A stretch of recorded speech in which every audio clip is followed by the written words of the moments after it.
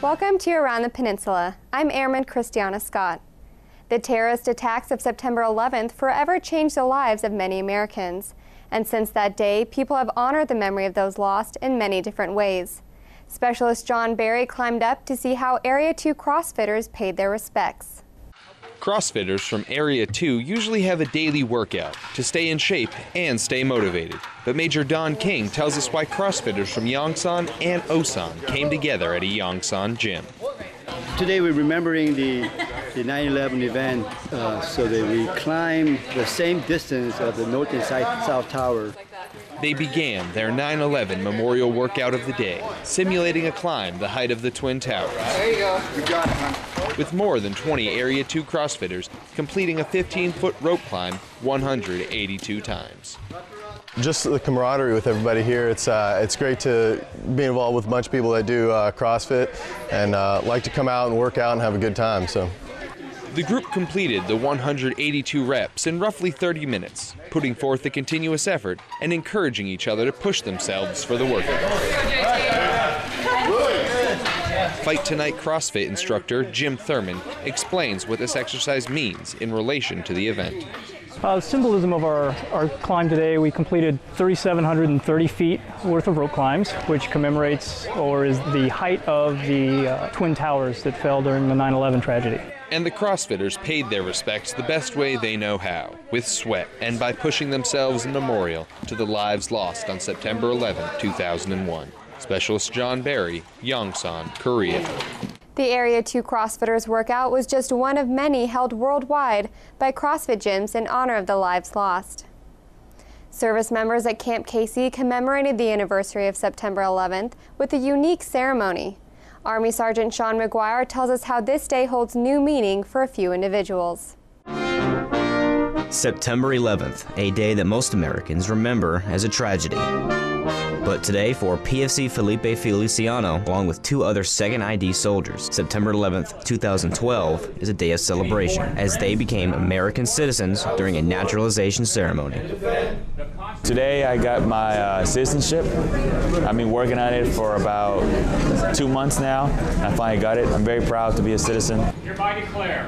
Something that's a lasting memory for him and his family. All my life, my dad wanted me to be a citizen because I could get more opportunities. So being American to me is being very proud. Now, as an American, he and other naturalized soldiers share what it feels like to be a citizen on the anniversary of a tragic day in American history.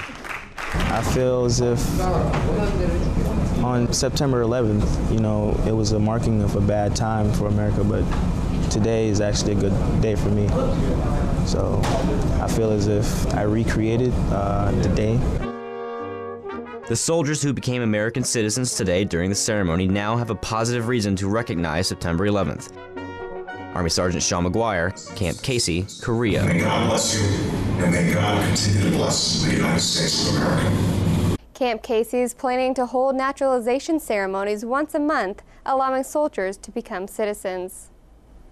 Maintaining readiness is essential to military personnel stationed in Korea. Senior Airman Brayton Metzger takes us to Camp Humphreys Army Correctional Facility to see how soldiers train for the worst. Where's my pizza? I ordered it like 25 minutes ago. The Army Regional Correctional Facility at Camp Humphreys has a hostage situation. Thankfully, it's just an exercise, but training like this prepares these soldiers for the real thing. We will take the appropriate steps to neutralize any threat within the facility and systematically segment the aggressors from the non-aggressors.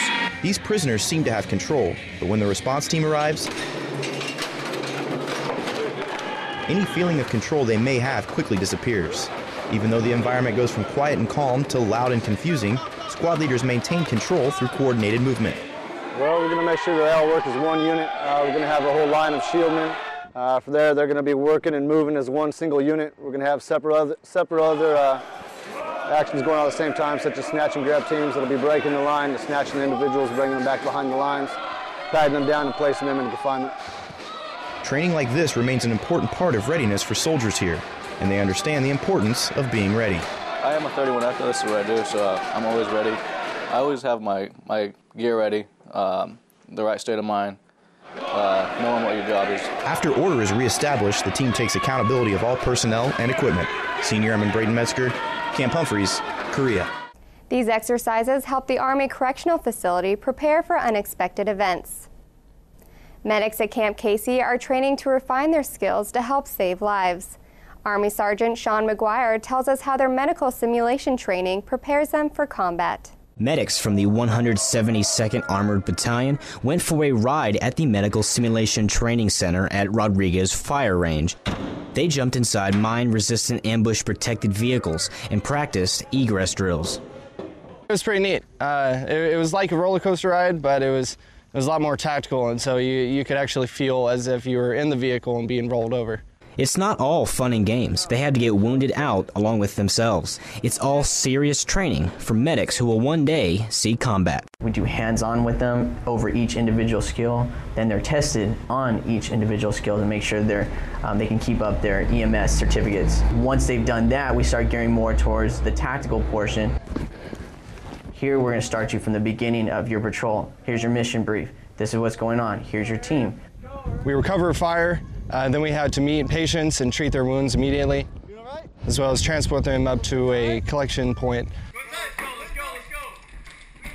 As a medic, they need to start thinking about security. They need to think about, is there anything else that's going to cause any kind of danger to me and my unit? Which is what the training is for, to get these medics thinking about every aspect of the job. Army Sergeant Sean McGuire, Rodriguez Range, Korea. The training center recreates a high-stress environment to simulate real-life combat situations. ROC and U.S. weather squadrons are learning that communication can make all the difference. Army Sergeant Keith Burkhart tells us how combined training keeps the Peninsula correctly informed. The U.S. Air Force 607th Weather Squadron, along with the Republic of Korea Weather Wing, combined in an exercise at CP Tango to train in mission continuity. We want to make sure that our forecasts are the same. Our Korean leadership and our American leadership, they work together, and they actually discuss the weather and what we've actually put out there. So if that's not the same, then, you know, there's big discommunication. But there's more to the training than maintaining communication. They're learning from us, and we're learning from them as well, because they have the knowledge on the peninsula here of how the weather patterns are, and we have, you know, many years of experience of really a worldwide aspect of how we forecast the weather. With the Republic of Korea and the U.S. each having something to benefit their mission, they learned from one another, trained side by side, and shared information along with experience. The two forces could sum up the combined efforts between them in one idea. Collaborating, you know, give ideas if we don't necessarily agree with, you know, hey, is it going to rain at 2 o'clock instead of 3 o'clock? You know, we'll work that out.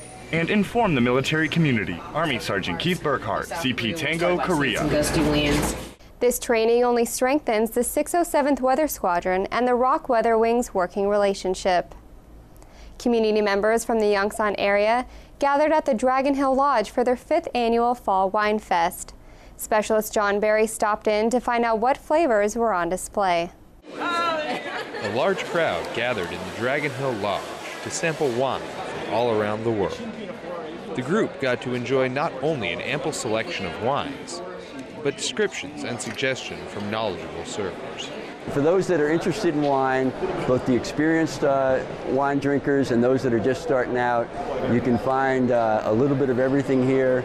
A little bit of everything indeed, featuring roughly 177 different types of wine and a buffet of different foods and cheeses. Participants were also able to purchase the wines they had tasted, by the bottle or the case, benefiting both themselves and the community. Our profits all go back to the MWR. They go back to support the gyms, the swimming pools. This activity helps support MWR, and so it's the community giving back to themselves. Providing a wide array of wines to taste and bring home, the Dragon Hill Lodge's 5th annual Wine Fest gave Yongsan community members a look at the different types of wine available and a chance to try them all before they commit to buying them. Specialist John Barry, Yongsan, Korea. The Dragon Hill Lodge hosts another wine festival in the spring. That was you around the Peninsula for Thursday, September 13th. From all of us at AFN, enjoy your evening.